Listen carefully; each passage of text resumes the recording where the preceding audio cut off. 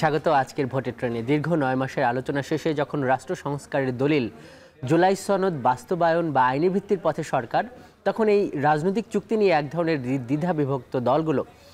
এক দলের নেতা বলছে যারা গণভোট চায় না তারা গণতন্ত্রে বিশ্বাস করে না, আবার অন্য দল বলছে জুলাই সনদেরই দরকার নেই, দরকার একটি ভালো নির্বাচন। রাজনীতির এমন বিতর্কের মাঝে প্রশ্ন উঠেছে, গণভোটেই কি তাহলে অনৈক্যের সূত্রপাত ঘটল? আজকের ভোটের ট্রেনের বিষয়বস্তু এটি। পুরো আয়োজনে আপনার সঙ্গে থাকবো আমি আজহার লিমন। আজকে গণভোট বিতর্ক, চলতি রাজনীতির বিষয়গুলোকে আমরা তৃণমূল রাজনীতিকদের কাছে নিয়ে যাব। খুলনা এবং কুমিল্লা থেকে যুক্ত হবেন তৃণমূল নেতারা। তাদের বক্তব্য বিশ্লেষণের জন্য আমাদের স্টুডিওতে আছেন ঢাকা বিশ্ববিদ্যালয়ের রাষ্ট্রবিজ্ঞান বিভাগের শিক্ষক অধ্যাপক ডক্টর ফরিদউদ্দিন আহমেদ। আপনাকে স্বাগত আজকের এই ভোটের ট্রেনে। আমরা আলোচনায় যাব, তার আগে চলুন দেখে নেই ভোট রাজনীতি নিয়ে রাজনীতিকদের বক্তব্যের কিছু অংশ।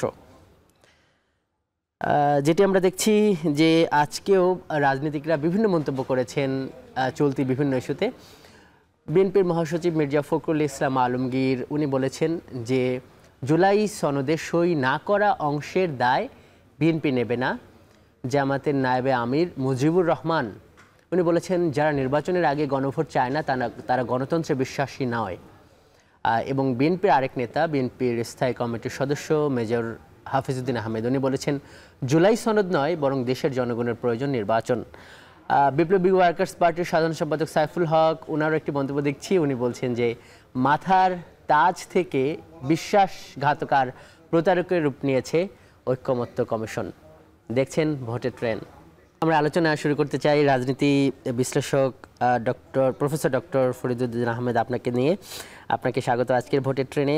আজকে যখন আমরা আমাদের আলোচনার বিষয়বস্তু দিয়েছি যে গণভোটে অনৈক্য, মানে যখন আমরা এই শিরোনামটা করছি, মানে তখন আপনি কি বলবেন যে রাজনীতির মাঠে দলগুলো যে এক ধরনের বিরোধে জড়িয়ে গেল এখন দেখা যাচ্ছে, মানে সেটা কি গণভোট নিয়ে, নাকি মানে গণভোট সামনে আছে, পেছনে আরো অনেক বিষয় আছে?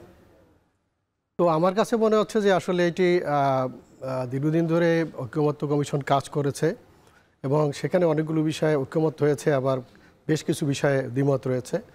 তো এখানে গণভোটে যে এখানে এক ধরনের বিভক্তি আমরা দেখতে পাচ্ছি, তো এটা বাংলাদেশের রাজনৈতিক প্রেক্ষাপটে আমার কাছে খুব অস্বাভাবিক মনে হয় না। কারণ এরকম আমরা যদি বিগত ইতিহাস দেখি, বাংলাদেশের রাজনৈতিক ইতিহাস, সেখানে কিন্তু এই ধরনের অনৈক্য দেখেছি, কিন্তু এক পর্যায়ে অনৈক্যের মধ্য দিয়ে আবার কিন্তু ঐক্যমত্য প্রতিষ্ঠা হয়েছে এবং সেই 91 সালে নির্বাচন হয়েছে, 96 সালে নির্বাচন হয়েছে, সুতরাং এর পরবর্তী সময় নির্বাচন হয়েছে। সুতরাং এইটি আমার কাছে মনে হয় যে রাজনৈতিক দলগুলো তাদের যে জনগণের দৃষ্টি আকর্ষণ করার জন্য যে রাজনৈতিক যে কৌশল সেটা তারা গ্রহণ করে অনেক সময় সরকারের। কিন্তু স্যার মানে বলা হচ্ছে যে মানে নির্বাচন নিয়েই শঙ্কা আছে, অনেকে বলছে রাজনীতির একটা গুমট পরিস্থিতি তৈরি হচ্ছে। আবার একটা প্রশ্ন আসছে যে একদল তো গণভোটের ক্ষেত্রে কিছুদিন আগে পিআরের ক্ষেত্রে এক ধরনের নাছোড়বান্ধা অবস্থান ছিল, কিন্তু আরেক দল বলছে যে মানে জুলাই সনদেরই দরকার নেই। মানে এই বক্তব্যগুলো নির্বাচনের তফসিল যখন 1-2 মাস বাকি, সরকার যে টাইমলাইন দিয়েছে, তখন কি আসলে শঙ্কার তৈরি করে না নাকি? কিছুটা শঙ্কা তো আসলে তৈরি করে, সাধারণ ভোটার যারা বা সাধারণ মানুষ তাদের মধ্যে কিছুটা শঙ্কা তৈরি করে। কিন্তু আসলে মোটা দাগে বলতে গেলে এটা আমার কাছে মনে হয় যে আমি আগেই বলেছি যে রাজনৈতিক কৌশলের একটা অংশ, এবং এই অবস্থায় আসলে রাজনৈতিক দলগুলো কি ছাড় দেওয়ার একটা মানসিকতা তৈরি করতে হবে এখন। এবং এই কারণে মনে হচ্ছে যে যারা এরকম একটা বিভেদের অবস্থায় আছে তারা বলছে যে আসলে সরকারের উপর একটা প্রেশার তৈরি করা, পাশাপাশি আমরা দেখি যে অন্যান্য যে বিরোধী দল ক্যাম্পে যারা আছে বর্তমানে, তারা যে তাদের এই যে দাবির মধ্যে যে আমরা ভিন্নতা দেখি, তো এখন সেখান থেকে একটা দল কিছু ছাড় দিলে অন্য দল আবার কিছুটা ছাড় দিবে। আমার কাছে মনে হয় যে এইটা হয়তো চলবে, এবং পাশাপাশি এখানে সরকারের একটা গুরুত্বপূর্ণ নির্বাচন হবে কি হবে না, মানে এখানে কি শঙ্কা আছে স্যার? না, আমার কাছে মনে হয় না যে নির্বাচন হবে না, এই ধরনের শঙ্কা আমার কাছে মনে হয় না। কেন মনে হয় না? মানে কারণ হচ্ছে যে আসলে বাংলাদেশের মানুষ আমরা দেখি যে ঐতিহাসিকভাবেই তারা নির্বাচনমুখী, এবং ইতিমধ্যে বিএনপি তাদের 200 প্রার্থীর তালিকা ইনফরমালি বলেছে যে প্রকাশ করবে বা করেছে ইতিমধ্যে। অন্যান্য দলও ইতিমধ্যে কাজ করা শুরু করেছে। সুতরাং বিহাইন্ড দ্য সিন, পর্দার অন্তরালে আসলে তাদের মানে মুখে তারা যাই বলুক, মানে পর্দার অন্তরালে তাদের নির্বাচনের বেশ একটা প্রস্তুতি দেখা যাচ্ছে। স্যার আমরা এই বিষয়টিকে এখন আমরা তৃণমূল একটু নিয়ে যেতে চাই, আপনি সঙ্গে থাকুন। খুলনা খুলনা থেকে তৃণমূল নেতাদের নিয়ে এবার যুক্ত হচ্ছেন সহকর্মী তরিকুল ইসলাম। সরাসরি চলে যাচ্ছি তার কাছে। তরিকুল, আপনি শুনতে পাচ্ছেন মানে এই যে গণভোট, এই চলতি রাজনীতির বিষয়গুলো নিয়ে স্থানীয় নেতারা কি বলছেন জানাবেন। ধন্যবাদ লিমন। আমার আজকে আমন্ত্রিত অতিথি দুইজন রয়েছে। একজন আমার এক পাশে রয়েছেন জামাত ইসলামী সহকারী সেক্রেটারি খুলনা মহানগর শাখা অ্যাডভোকেট শাহ আলম, এবং আমার আর এক পাশে আছেন এখানে রাশিদুল ইসলাম, সাধারণ সম্পাদক গণ অধিকার পরিষদের, তিনি সাধারণ সম্পাদক হিসেবে দায়িত্ব পালন করছেন।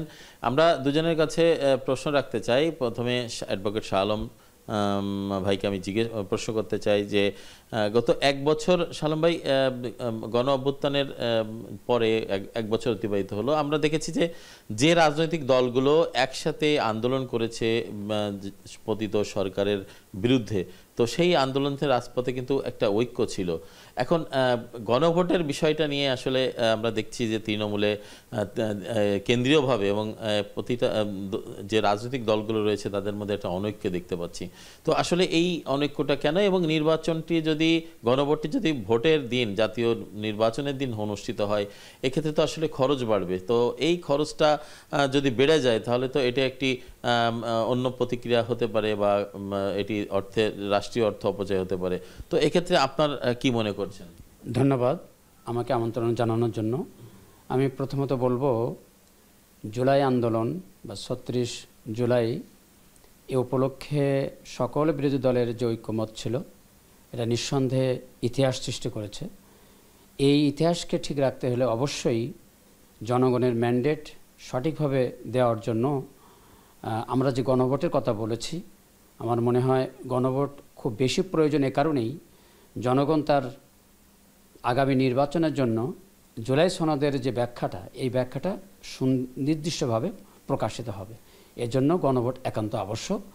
দ্বিতীয়ত হলো যে গণভোট দিতে অসুবিধা কোথায়, যে খরচের কথা বলছেন, নিঃসন্দেহে এটা খুব বেশি খরচের হওয়ার কথা না। নির্বাচনের জন্য যে ব্যালট বক্স ক্রয় করা হবে, অন্যান্য সামগ্রী যেমনভাবে ক্রয় করা হবে, খুব বেশি খরচ হওয়ার কথা না। ওই দিনের জন্য যে খরচটুকু, এইটুকু কত খুব বেশি হতে পারে, এর বেশি কিছু নয়। এই জন্য গণভোট দিলে জনগণ আস্থা হবে।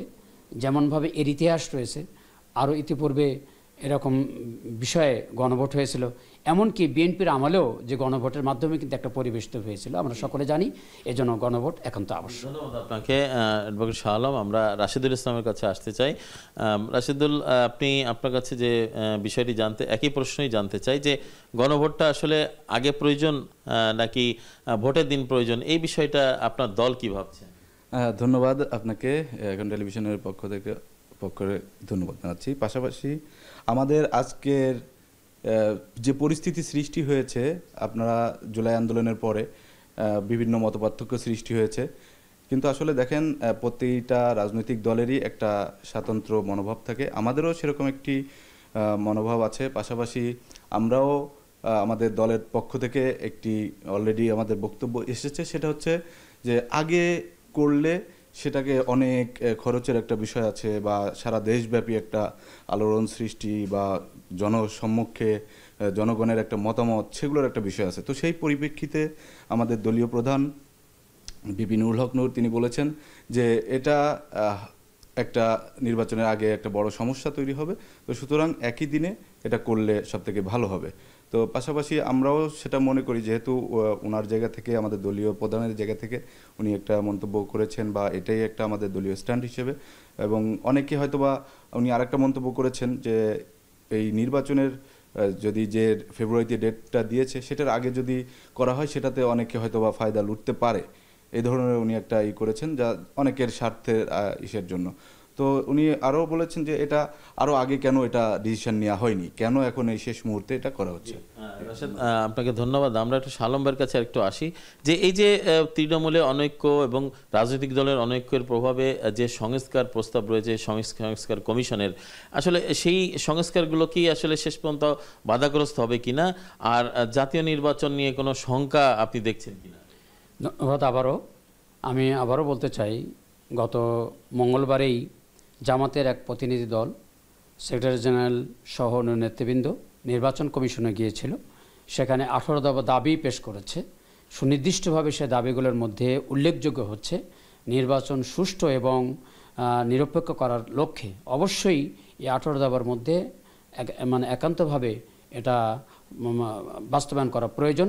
তন্মধ্যে উল্লেখ করে যদি আমি বলতে চাই তাহলে আমরা বলবো যে 18 দফা এ কারণেই বলতে চাই যে সুষ্ঠু নির্বাচনের জন্য যে জুলাই সনদ এত ত্যাগ তিতিকার পরে জুলাই সনদ স্বাক্ষর হলো, সে বিষয়ে নভেম্বরে ভোট একান্ত প্রয়োজন।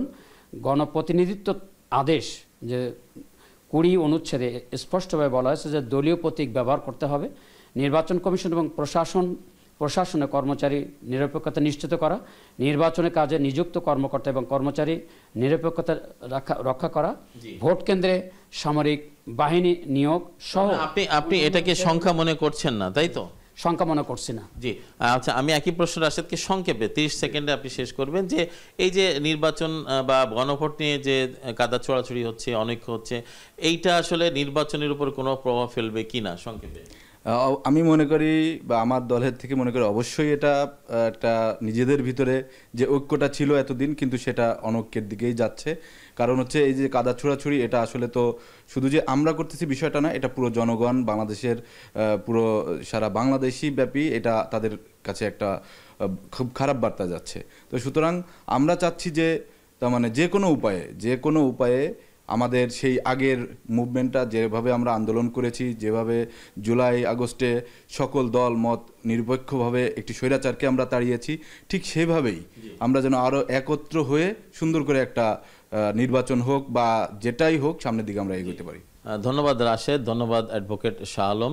দুইজন অতিথি আমাদের মাঝে উপস্থিত ছিলেন এবং তারা অনৈক্যের ব্যাপারে তারা যেটি বলছেন যে নির্বাচন সুষ্ঠু এবং নিরপেক্ষ হোক এবং তারা একটা মতে সবাই যেন আসে, সেই বিষয়ে তারা তাগিদ দিয়েছেন এবং যাতে দলগুলোর মধ্যে গণ অভ্যুত্থানে যখন ঐক্য ছিল তেমনি সেই ঐক্যটা ফিরে আসুক।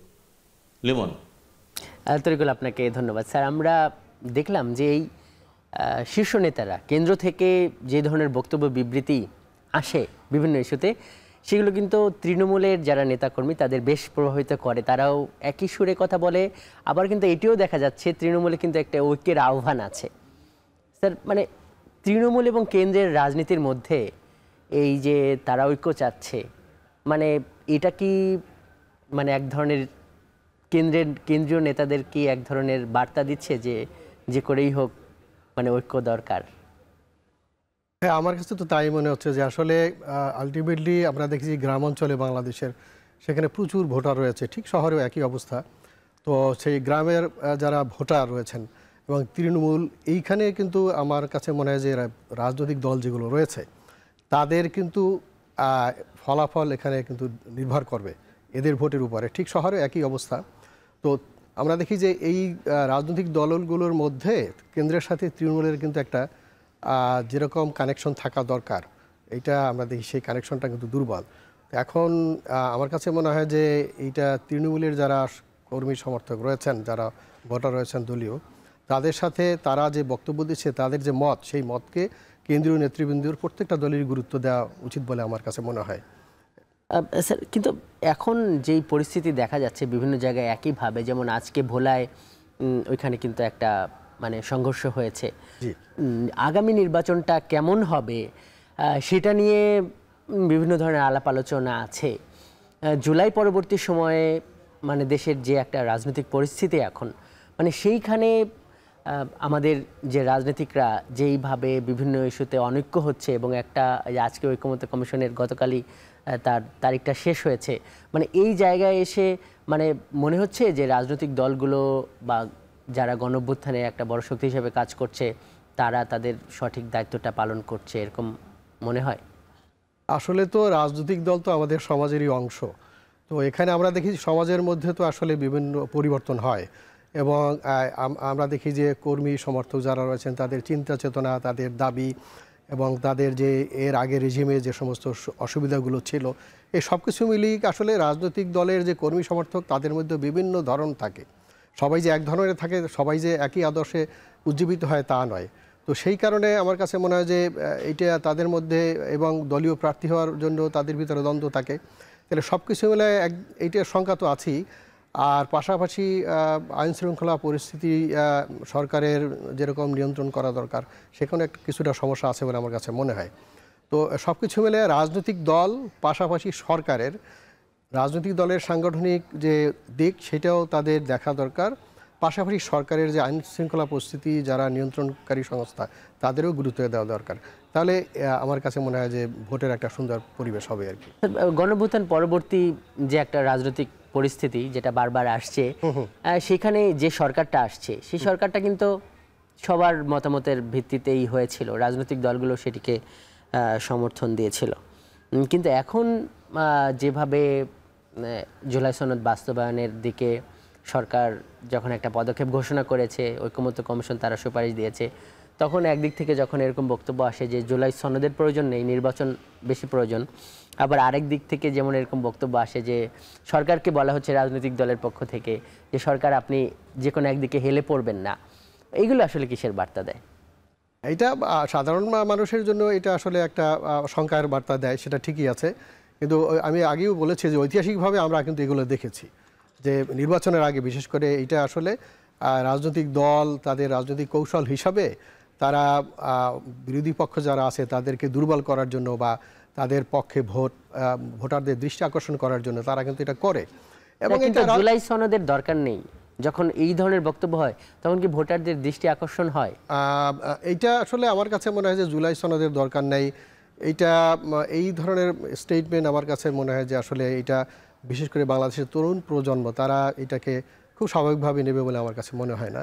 কারণ এখানে তরুণ প্রজন্ম বিশেষ করে বেসরকারি সরকারি বিশ্ববিদ্যালয়ের এবং কলেজ স্কুল থেকে সমস্ত প্রতিষ্ঠানের অধিকাংশ তারা এখানে সম্পৃক্ত ছিল প্রত্যক্ষ এবং পরোক্ষভাবে। স্যার, জুলাই সনদের মানে মূল ভিত্তি ছিল ঐক্য, এখন যেরকম একটা অনৈক্যের পরিস্থিতি তৈরি হচ্ছে বা তৈরি হয়েছে, তো সেই জায়গায় কি মনে হয় যে এই সনদটা বা এই রাজনৈতিক চুক্তি বা দলিলটা একটা ঝুঁকির মধ্যে পড়ে গেল? আমরা আপনার কাছে স্যার এই প্রশ্নের উত্তর নিব, তার আগে একটু বিরতিতে যেতে হবে স্যার। দর্শক দেখছেন ভোটের ট্রেন, যাচ্ছে একটি বিরতিতে। RICL TMX, যুগের পর যুগ স্থাপনা থাকে মজবুত। VRM প্রযুক্তির RICL TMX। বিরতির পর স্বাগত, দেখছেন ভোটের ট্রেন, আপনার সঙ্গে আছে আমি আজহার লিমন। আমরা আলোচনাকে আবারও তৃণমূল নেতাদের কাছে নিয়ে যাব, তার আগে রাজনীতি বিশ্লেষক ডক্টর ফরিদউদ্দিন আহমেদ, আপনার কাছে বিরতির আগে রেখে যাওয়া প্রশ্নের উত্তর নিতে চাই। ডক্টর ফরিদ, আপনার কি মনে হয় যে চলমান যে পরিস্থিতি চলছে তাতে কি এই জুলাই সনদ মানে ঝুঁকির মধ্যে পড়ে যাচ্ছে, যখন বিএনপি নেতারা বলছেন যে তারা শুধু ততটুকুর দায়িত্ব নেবেন যতটুকু তারা সই করেছেন? মির্জা ফখরুল ইসলাম আলমগীর বলেছেন আজকে। হ্যাঁ, আমার কাছে মনে হচ্ছে বিএনপি তো একটা বড় রাজনৈতিক দল, তো সেক্ষেত্রে তারা যদি তাদের বক্তব্যের মধ্য দিয়ে এই মেসেজগুলো দেয় তাহলে তো আসলে জুলাই সনদের বাস্তবায়ন আসলে কিছুটা ঝুঁকির মধ্যে অবশ্যই পড়ে যাবে। তবে জুলাই সনদ বাস্তবায়ন হচ্ছে এটা সময়ের দাবি আমার কাছে মনে হয়, কারণ এখানে অনেকগুলো বিষয়ে সংস্কারের কথা বলা হয়েছে। যে সংস্কার আসলে বাংলাদেশের আমরা দেখেছি বিগত ইতিহাস যদি আমরা দেখি, রাজনৈতিক ইতিহাস, তো তাতে আমার কাছে মনে হয়েছে যে আসলে অনেক সময় সিস্টেমটাই আপনার কোনো ব্যক্তিকে এক ধরনের কর্তৃত্ববাদী ব্যবস্থায় রূপান্তর করতে পারে। তো সেই কারণে এখানে সংস্কার তো আসলে আমি বলছি না যে খুব একটা নির্দিষ্ট সময়ের মধ্যে হয়ে যাবে। সংস্কার হচ্ছে একটা চলমান প্রক্রিয়া, সমাজের মধ্যে পরিবর্তন হয়, সামাজিক পরিবর্তনের সাথে সাথে রাষ্ট্রের ভিতরে পরিবর্তন হয়, মানুষের দাবি আসে, বিভিন্ন নতুন নতুন সমস্যা তৈরি হয়। সেই সমস্যা সমাধান করার জন্য তো আসলে রাষ্ট্রের পলিসির মধ্যেই পরিবর্তন করতে হয়, রাষ্ট্রের প্রতিষ্ঠানের মধ্যে পরিবর্তন করতে হয়। সুতরাং এটা যে একেবারে fixed, society is not fixed, it is changing, it is moving. তো সুতরাং সংস্কার হবে না, সংস্কার দরকার নেই, এটা আসলে আমাদেরকে আহত করে। হ্যাঁ, সংস্কার তো আসলে সবার দাবি, এটা সব রাজনৈতিক দলের দাবি, আমার কাছে মনে হয় সব মানুষের দাবি। এখন দাবির মধ্যে ভিন্নতা থাকতে পারে, কিন্তু সংস্কার আসলে দরকার হয়। তো সেই কারণে আমার কাছে মনে হয় যে অনেকগুলো 30টা রাজনৈতিক দল তারা লম্বা সময়, 8 মাসেরও বেশি সময় তারা বিভিন্ন বৈঠক করেছে, একাধিক বৈঠক হয়েছে, তারা সময় দিয়েছে, কষ্ট করেছে, এবং সেখান থেকে তারা বেশ কিছু বিষয়ে ঐক্যমত্য পোষণ করেছে এবং তারা একমত হয়েছে যে আসলে এই জায়গায় সংস্কার দরকার। তো সেটা আসলে আমরা দেখি যে স্বাক্ষর করেছে সব রাজনৈতিক দলই, একটাই রাজনৈতিক দল বাদে, এনসিপি বাদে, এবং তারা অপেক্ষায় আছে। সুতরাং এখন সংস্কার বাস্তবায়নের পদ্ধতিগত সমস্যা থাকতে পারে, কিন্তু সেটি নিয়ে কাজ করা যেতে পারে, সেটা রাজনৈতিক দল আলোচনা করতে পারে, ইনফর্মাল চ্যানেলে ফর্মাল চ্যানেলে আলোচনা করতে পারে। আলোচনা তো মানে অনেক হয়েছে, হ্যাঁ আলোচনা অনেক হয়েছে, কিন্তু এখন মানে সরকার যখন এটাকে নিয়ে আগাতে চাচ্ছে, যেটা বলা হচ্ছে যে একটা বাস্তবায়ন আদেশ হবে এবং এর উপর একটা গণভোট হবে, তখন একটা মানে বিতর্ক তৈরি হয়েছে। এবং দেখলেন যে রাজনীতিকদের পক্ষ থেকে এরকমও আসছে যে ঐকমত্য কমিশন এক ধরনের মানে পক্ষপাত করেছে। এখন যখন একটা ফোরামে আলাপ আলোচনা হয়, তখন বিভিন্ন ধরনের পক্ষগুলোর বিভিন্ন ধরনের বক্তব্য থাকবে, কিন্তু এই যেই সুপারিশমালাটি তৈরি করা হয়েছে বা যাদের তৈরি করার দায়িত্ব ছিল, মানে তাদের ভূমিকাটা কি আসলেই মানে প্রশ্নবিদ্ধ ছিল, বা মানে এই বিতর্কটা কেন তৈরি হইল? এইটা হ্যাঁ, এখানে তো আমরা দেখি যে আসলে যে কিছু কিছু যে নোট অফ ডিসেন্ট যেগুলো ছিল আসলে সেগুলো আসলে বাদ দেওয়া হয়েছে রাজনৈতিক দলের যে একটা অভিযোগ। তো সেই বিষয়গুলো আসলে সরকারের সাথে যে রাজনৈতিক দলগুলো অভিযোগ করেছে তাদের সেই বিষয়গুলো আলোচনা করা দরকার, এবং যেখানে ভিন্নতা রয়েছে সেই বিষয়গুলো আলোচনা করে সমস্যা সমাধান করতে হবে।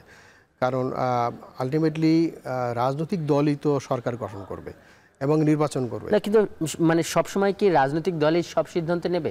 মানে তাহলে মানে মানুষের মতামতটা কোথায়? না, সবসময় রাজনৈতিক দল সিদ্ধান্ত নেবে না। রাজনৈতিক দল হচ্ছে জনগণের প্রতিনিধি, কিন্তু সুইং ভোটার থাকে।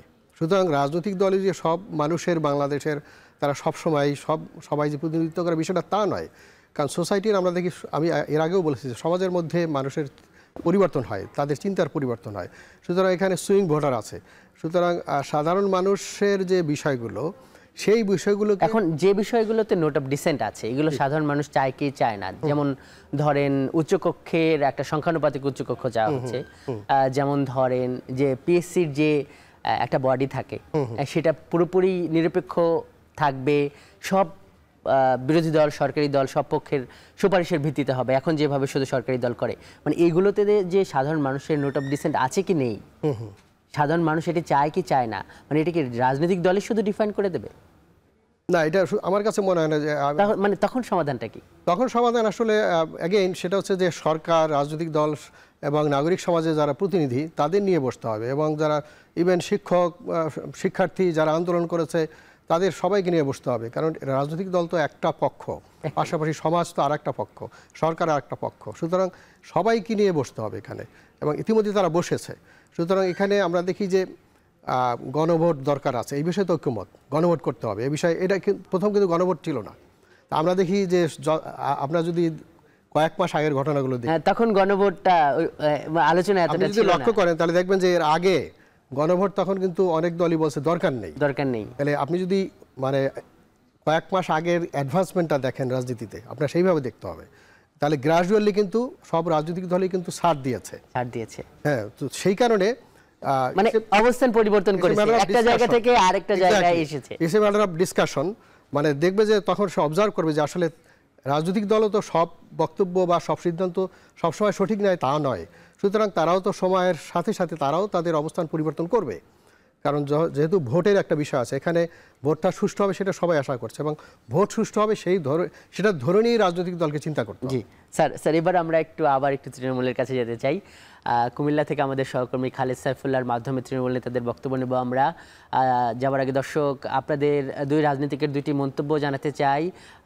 জামাতের নায়েবে আমির ডক্টর তাহের, উনি বলেছেন যে আরপিও সংশোধনের সিদ্ধান্ত একটি দলের অযৌক্তিক দাবি, সরকার যাতে এখানে নথি স্বীকার না করে। এবং আরেকজন রাজনৈতিক বিএনপির স্থায়ী কমিটির সদস্য সালাউদ্দিন আহমেদ, উনি বলেছেন যে একটি রাজনৈতিক দল নির্বাচনের স্বার্থে, রাজনীতির স্বার্থে ইসলামকে ব্যবহার করে জাতির মধ্যে বিভক্তির করার চেষ্টা করছে। আমরা এই বিষয়টি এখন আমাদের সহকর্মী খালেদ সাইফুল্লাহ আপনার কাছে নিয়ে যেতে চাই। আপনার এখানে নিশ্চয়ই তৃণমূলের নেতাকর্মীরাও যুক্ত আছেন। এই যে মন্তব্যগুলো আসলে তৃণমূলের মানুষদের, তৃণমূলের নেতা কর্মীদের কিভাবে মানে প্রভাবিত করে বা করছে? ধন্যবাদ আজহার। গণ অভ্যুত্থানের 1 বছর পর গণভোট নিয়ে কিন্তু বেশ দ্বিধা বিভক্ত দেখতে পাচ্ছি আমরা রাজনৈতিক নেতৃবৃন্দকে। তো কেন্দ্র থেকে সংস্কার বিষয়ে যে বক্তব্যগুলো আসছে তৃণমূলের নেতৃবৃন্দ সেগুলোকে কিভাবে নিচ্ছেন, অথবা তাদেরও এই বক্তব্যের সাথে তারা কি মনে করছেন সে নিয়ে আমরা জানার চেষ্টা করব। আমাদের সাথে অতিথি হিসেবে দুজন জামায়াতে ইসলামীর একজন এবং বিএনপির একজন অতিথি রয়েছেন। আমি প্রথমে জামায়াতে ইসলামীর কুমিল্লা ৮ আসনের যিনি সংসদ সদস্য প্রার্থী শফিকুল আলম হেলাল, ওনার কাছে জানতে চাইব যে জামায়াত একই দিনে গণভোট নিয়ে কেন একমত নয়, এবং একই দিনে করলে তো খরচও বেঁচে যেত, এবং এই যে অনৈক্য তৈরি হচ্ছে এতে করে দেশেরও কার লাভ? জি, একই দিনে যে প্রশ্ন আপনি করেছেন গণভোট হওয়া, দুটি কিন্তু সম্পূর্ণ ভিন্ন জিনিস। একটি হচ্ছে সরকার গঠনের লক্ষ্যে, আরেকটি হচ্ছে সংস্কারের লক্ষ্যে। জুলাই যে বিপ্লবটি হলো এটি একটি ফ্যাসিস্ট বিরোধী আন্দোলন। গত 15 বছরে যে ক্ষমতায় ছিল তারা যত সব আইন করেছে এগুলি সবই হচ্ছে দেশ বিরোধী, এবং স্বৈরাচার সেখানে বসার ক্ষেত্রে ভূমিকা রাখছে, যা মনে চেয়েছে তা করেছে। এগুলো যে আইনগত অবস্থায় তারা নিয়ে গেছে, এর সংস্কার খুবই জরুরি। আর জুলাই বিপ্লবে যে যারা শহীদ হলো, রক্ত দিল এবং পঙ্গুত্ব বরণ করলো 30,000, শহীদ হলো 1,000-এর উপরে, এদের রক্তের বিনিময়ে কিন্তু এই বিপ্লবটি ঘটেছে। না হয় এই বিপ্লব হওয়ার সম্ভাবনা ছিল না। এই বিপ্লবটির মাধ্যমে এটাকে আইনগত ভিত্তি দেওয়া খুব জরুরি, এবং যেসব সংস্কার করা এগুলি জরুরি। না হয় ভবিষ্যতে যারা সরকারের গঠন করবে, ক্ষমতায় আসবে, ওই আইনগুলি যদি থেকে যায়, সংস্কার না হয়, তাহলে তারা যে কোনো তাদের স্বার্থে কাজে লাগাবে, দেশের স্বার্থে কাজ করবে না। আমাদের ইতিহাস বলে, গত 53 বছর ইতিহাস বলে যে যারা ক্ষমতায় গিয়েছে যারা স্বার্থে কাজ করেছে। সুতরাং এই সংস্কারটি অতীব জরুরি, আর এটি আগেই হতে হবে। আগে হলেই সংস্কার কার্যক্রমগুলি আইনি ভিত্তি পেয়ে যাবে। এজন্য আমরা মনে করি যে অবশ্যই সেটাকে নির্বাচনের, যেটা আপনার সংসদ নির্বাচন, সেই নির্বাচন হবে সরকার গঠনের লক্ষ্যে, আর এই গণভোটটি হবে সংস্কারের লক্ষ্যে। এখানেও যে অর্থ ব্যয় হবে, আমরা বলছি, কেউ বলছেন যে অর্থ বেশি ব্যয় হবে, এতে কি আসে যায়? দেশের স্বার্থে এই অর্থ ব্যয় করতে হবে। আর এই অর্থ ব্যয় তো আমাদের দেশের জনগণের টাকা। সরকার এখানে অর্থ নিয়ে চিন্তা করবে কেন? জনগণের যে ব্যয়টা হবে জনগণের স্বার্থে, এই ব্যয় অবিসম্ভাবী। এবং গণভোট শুধু এটি নয়, গণভোট আজকে যারা বিরোধিতা করছেন, একটি দল শুধু আমাদের দেশে বিএনপি বিরোধিতা করছে গণভোটের একই দিনে না হওয়ার ক্ষেত্রে খরচ প্রসঙ্গে। অতীতে তো জিয়াউর রহমান এই গণভোট করেছেন।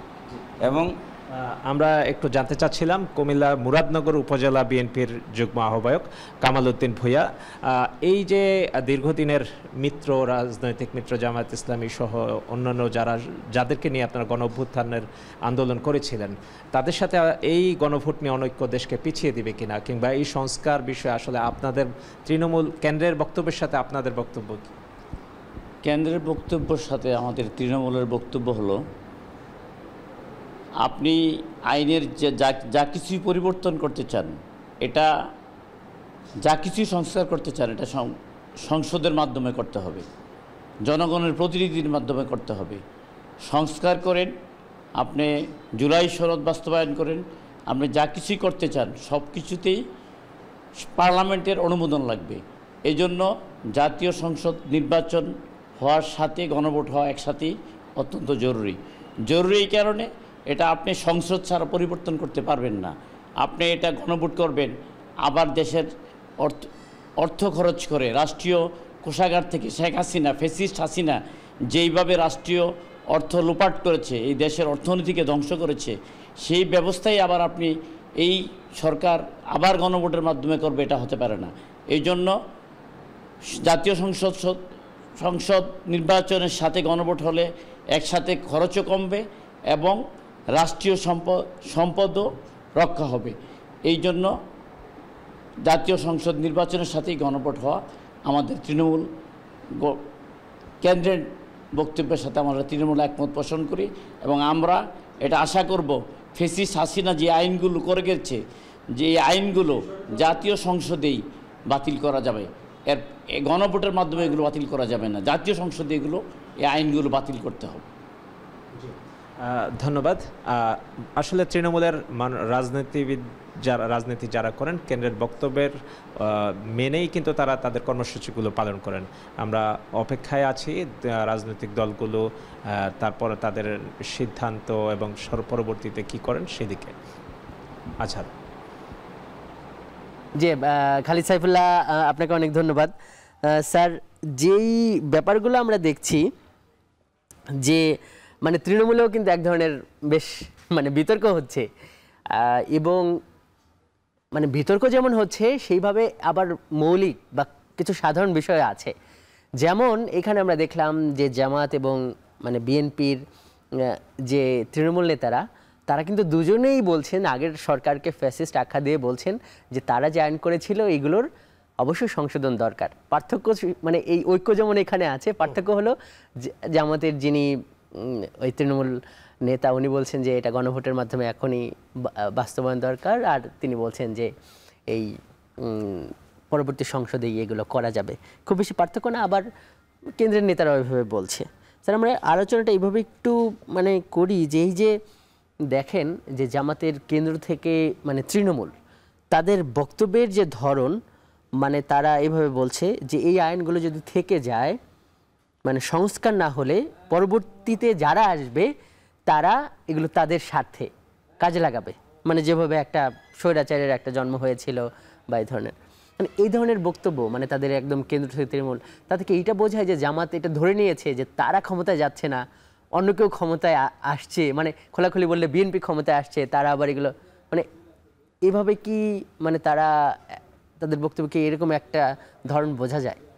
তো আমার কাছে মনে হয় যে বক্তব্যের দুইটা দিক আছে। একটা হচ্ছে যে আসলে তাদের তো একটা অনিশ্চয়তা তো আছেই, তাই না, এটা একটা দিক। আর দুই নম্বর হচ্ছে যে বাংলাদেশের ইতিহাস যদি আমরা দেখি যে রাজনৈতিক দল তো আসলে জনগণের কাছে প্রতিশ্রুতি দিয়ে, এর আগেও আমরা 1990 সালেও প্রতিশ্রুতি দিয়েছে, কিন্তু সেই প্রতিশ্রুতির যে বাস্তবায়ন সেটা কিন্তু আমরা অনেকাংশই দেখিনি। এবং যারই ধারাবাহিক তার হিসাবে আমরা দেখি যে যারই ফলশ্রুতিতে জুলাই আন্দোলন হয়েছে 2024-এ। সুতরাং এখানে আমরা দেখি যে একটা আশা নিরাশার একটা দোলাচল আছে, কিন্তু যে রাজনৈতিক দলের মধ্যে যে আসলে শঙ্কা কিন্তু আছে যেটা সংস্কার আসলে হবে কিনা। তো সেইখান থেকে আমার কাছে মনে হয় যে এনসিপি এবং জামাত ইসলামী তাদের সংখ্যাটা বেশি। অন্যদিকে বিএনপি তারাও চায় যে সংস্কার হবে, তাই না? কিন্তু এনসিপি এবং জামাত ধরেন তারা তো প্রতিদ্বন্দ্বী রাজনৈতিক দল, রাজনীতির মাঠে সংসদ নির্বাচনে তারা বেশ ভালোভাবেই প্রতিদ্বন্দ্বিতা করবে, এটা তারা যেমন ঘোষণা দিচ্ছে, মাঠের ওরকম প্রস্তুতি আছে। তাহলে তারা যদি ক্ষমতায় যায় তখন তো অসুবিধা নাই, মানে যেই তারা যদি সংস্কারের জন্য এত সিরিয়াস হয় তাহলে তারা সংস্কার করবে। না, সংস্কার তো আলটিমেটলি আপনার জাতীয় সংসদে যারা নির্বাচিত হবে, তাই না, সেখানে সরকারি দল বিরোধী দল আলটিমেটলি, আমি আগেও বলেছি যে সংস্কার তো একটা চলমান প্রক্রিয়া। সুতরাং এটা গণভোট হবে, গণভোটের সংস্কার করার জন্য যে জনগণের সম্মতি সেটা সেই ভিত্তি তৈরি হবে সেখানে গণভোটের মাধ্যমে। এবং জাতীয় সংসদ যখন প্রতিষ্ঠা হবে তখন এটা গ্রাজুয়ালি তারা আলোচনা করবে, বিতর্ক করবে, তারপরে তারা এটা বাস্তবায়ন করবে। সুতরাং এটি যে আপনার একটা নির্দিষ্ট সময়ের মধ্যে হতে হবে, তবে সরকার যদিও বেঁধে দিয়েছে একটা সময়, কিন্তু এই বেঁধে দেওয়ার কারণও আছে। কারণ আমরা অতীতে যদি দেখি রাজনৈতিক দলগুলো আসলে এগুলো তারা অনেক কমিটমেন্ট জনগণের কাছে তারা করে, কিন্তু কিছু কিছু তারা বাস্তব কারণেই বাস্তবায়ন করতে পারেনি, কাঠামোগত সমস্যা, এ সমস্ত কারণে দলের ভিতরে সমস্যা আছে, বিভিন্ন কারণে তারা করতে পারেনি। সুতরাং সেই দৃষ্টিকোণ থেকে এখানে দেখা যাচ্ছে যে আসলে ওই শঙ্কার জায়গাটা থাকি যে সংস্কার করবে কিনা। কিন্তু স্যার মানে এই সংখ্যাটা কেন আসছে, মানে এটা কি মানে পলিটিক্যালি একটা মানে ভারসাম্যহীনতা চলছে? যেমন আগে ধরেন যেভাবে আওয়ামী লীগ বিএনপি দুজনেই একটা সমান সমান শক্তির দল ছিল, মানে এখন এই এনসিপি বলেন জামাত বলেন তাদের সঙ্গে কি বিএনপির তুলনাটা এমন হয়ে গেছে যে এটা অবধারিত যে বিএনপি ক্ষমতায় যাচ্ছে, অন্য দল বিরোধী দলে বা তারা যাচ্ছে না? মানে এই ইমব্যালেন্সের ব্যাপারে স্যার আপনার কাছে প্রশ্নটার উত্তর নেব, তার আগে আবারও একটা বিরতিতে যেতে হবে। দর্শক দেখছেন ভোটের ট্রেন, যাচ্ছি আরেকটি বিরতিতে।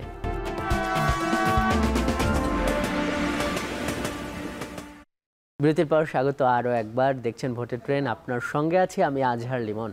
অধ্যাপক ডক্টর ফরিদউদ্দিন আহমেদ, আমরা একদম আজকের ভোটের ট্রেনের শেষ প্রান্তে আছি। আপনার কাছে যে প্রশ্নটা রেখে গিয়েছিলাম যে ওই যে রাজনীতির মাঠে কি এক ধরনের নির্ধারিত হয়ে গেছে যে কে সরকারে যাবে আর কে বিরোধী দলে যাবে, এবং এই কারণেই কি যারা মনে করছে যে তারা বিরোধিতায় যাবে, সরকারে যেতে পারবে না, তাদের বক্তব্য এক ধরনের, এবং যারা সরকারে আছে তাদের বক্তব্য আরেক ধরনের, এই ধরনের কি একটা ধারণা বা একটা ওর পূর্বানুমান বা প্রজেকশন, প্রক্ষেপণ, এগুলো কি প্রতিষ্ঠিত হতে চলেছে? এটা আসলে আমার কাছে মনে হয় না, কারণ এই কনটেক্সট বা প্রেক্ষাপট কিন্তু ভিন্ন। জুলাই 24-এর যে আন্দোলন, তারপরে যে পরিবর্তন, এবং বিশেষ করে তরুণ ভোটার যারা রয়েছে তাদের যে চিন্তা চেতনা, সুতরাং এরকম এখন রাজনৈতিক দল যে একেবারেই বিপুল ভোটে জয়লাভ করবে বিষয়টা তা নয়, কারণ তরুণ ভোটারের সংখ্যা কিন্তু অনেক, এবং বিশেষ করে শহর বেসড এবং গ্রামের যে ভোটার। সুতরাং এই দৃষ্টিকোণ থেকে আমার কাছে মনে হয় না যে একেবারে নির্ধারিত চেঞ্জ হবে। তবে চেঞ্জটা কীরকম হবে সেটা এই মুহূর্তে বলা আসলে মুশকিল, কারণ রাজনৈতিক দল তাদের যে ইশতেহার, কর্মসূচি, পরবর্তী যে কর্মসূচিগুলো দিবে, এবারের যে নির্বাচনটা হবে এখানে জুলাই বা এই গণঅভ্যুত্থান এইটা কীরকম একটা ফ্যাক্ট হিসেবে কাজ করবে? আমার কাছে মনে হয় নিশ্চয়ই এটা গুরুত্বপূর্ণ ভূমিকা পালন করবে, বিশেষ করে তরুণ অংশ, যারা শিক্ষিত অংশ, সরকারি বেসরকারি বিশ্ববিদ্যালয়, স্কুল কলেজ, তারা প্রত্যক্ষ পরোক্ষভাবে জড়িত ছিল। আর 2 নম্বরে সেটা হচ্ছে সোশ্যাল মিডিয়ায় তারা কিন্তু হাইলি কানেক্টেড। সুতরাং social media is going to be a very good platform to draw the attention of the voters. তো এই কারণে আমার কাছে মনে হয় যে তারা আসলে ফ্যাক্টর হিসাবে কাজ করবে। তো সেই কারণে নিশ্চিত করে বলা, তাই না, এটা এখন আমার কাছে মনে হয় এটা কঠিন যে আসলে কারা একেবারে নিশ্চিত। জি স্যার, সবশেষ যে প্রশ্নটা রাখতে চাই যে গণভোট নিয়ে যে বিতর্ক, এটার অবসান আসলে কি হতে পারে? গণভোটটা আগে না পরে এটা নিয়ে কথা হচ্ছে, এবং সরকারের পক্ষ থেকে এই ধরনের মন্তব্য আসছে যে এই ধরনের অনৈক্য থাকলে সরকার কি করবে, এক ধরনের অসহায় মন্তব্য পাওয়া যাচ্ছে। আসলে গণভোটের সমাধানটা কিভাবে হলে ভালো হয়, রাজনীতি বিশ্লেষক হিসাবে আপনি কি বলবেন? আমার কাছে মনে হয় গণভোটের বিষয়ে তো ঐক্যমত পোষণ করেছে, এখন তো আসলে আগে আর পরে একটা মতভিন্নতা রয়েছে। গণভোটের যে চেতনা বা স্পিরিট, যে গতি, তাতে গণভোটটার কেন দরকার হয়, কখন হলে ভালো হয়, রাজনীতি রাষ্ট্রবিজ্ঞানের দৃষ্টিকোণ থেকে? আমার কাছে মনে হয় যে আসলে গণতান্ত্রিক যে চেতনা এবং জুলাইয়ের যে চেতনা, এই চেতনাকে আসলে বাস্তবায়ন করার জন্য সত্যিকার অর্থেই তাহলে গণভোটের তো বিকল্প নাই, গণভোট লাগবে এবং সংস্কারও দরকার। তো এখন বিষয়টা হচ্ছে যে যদি গণভোট এবং জাতীয় সংসদে নির্বাচন যদি একত্রে হয়, তাহলে আমার কথা হচ্ছে যে ছাড় দিয়ে, যদি জামাত ইসলামী এবং এনসিপি তারা যদি কিছুটা ছাড় দেয়, এবং ওখানে যদি বিএনপি উচ্চকক্ষের বিষয়ে ছাড় দেয়, তাই না, তার যে সংস্কার, মৌলিক যে কিছু কিছু সংস্কার এবং বিভিন্ন কমিশন গঠনের বিষয়ে যদি ছাড় দেয়, তো সেক্ষেত্রে এটা আপনার আগে হলে ভালো হয় গণভোট। স্যার, আপনি কি বলতে চাচ্ছেন যে বিএনপি যদি উচ্চকক্ষ বলে যে না, উচ্চকক্ষের সংখ্যানুপাতিক তারা মেনে নেবে, কিংবা ওই যে সাংবিধানিক প্রতিষ্ঠানগুলোর নোটে ডিসেন্টগুলো তুলে নেবে, তাহলে অন্য দলগুলো হয়তো গণভোট নির্বাচনের দিন মেনে নিতে পারে, এটা বলতে চাচ্ছেন? Yes, exactly. আমি বলতে চাচ্ছি যে দুই পক্ষকেই ছাড় দিতে হবে, কারণ আলটিমেটলি তো at the end of the day এটা হচ্ছে আমাদের রাষ্ট্র এবং আমাদের দেশ এবং গণতন্ত্র। এই তিনটা বিষয় মাথায় রাখতে হবে রাজনৈতিক দল এবং সমাজের সব মানুষকে, তাহলে আমাদের দেশ এগিয়ে যাবে এবং গণতান্ত্রিক। জি, ডক্টর ফরিদউদ্দিন আহমেদ, আপনাকে অনেক ধন্যবাদ আজকের এই ভোটের ট্রেনে যুক্ত হওয়ার জন্য। দর্শক, এই ছিল আজকের ভোটের ট্রেনে, এতক্ষণ সঙ্গে থাকার জন্য ধন্যবাদ আপনাকেও।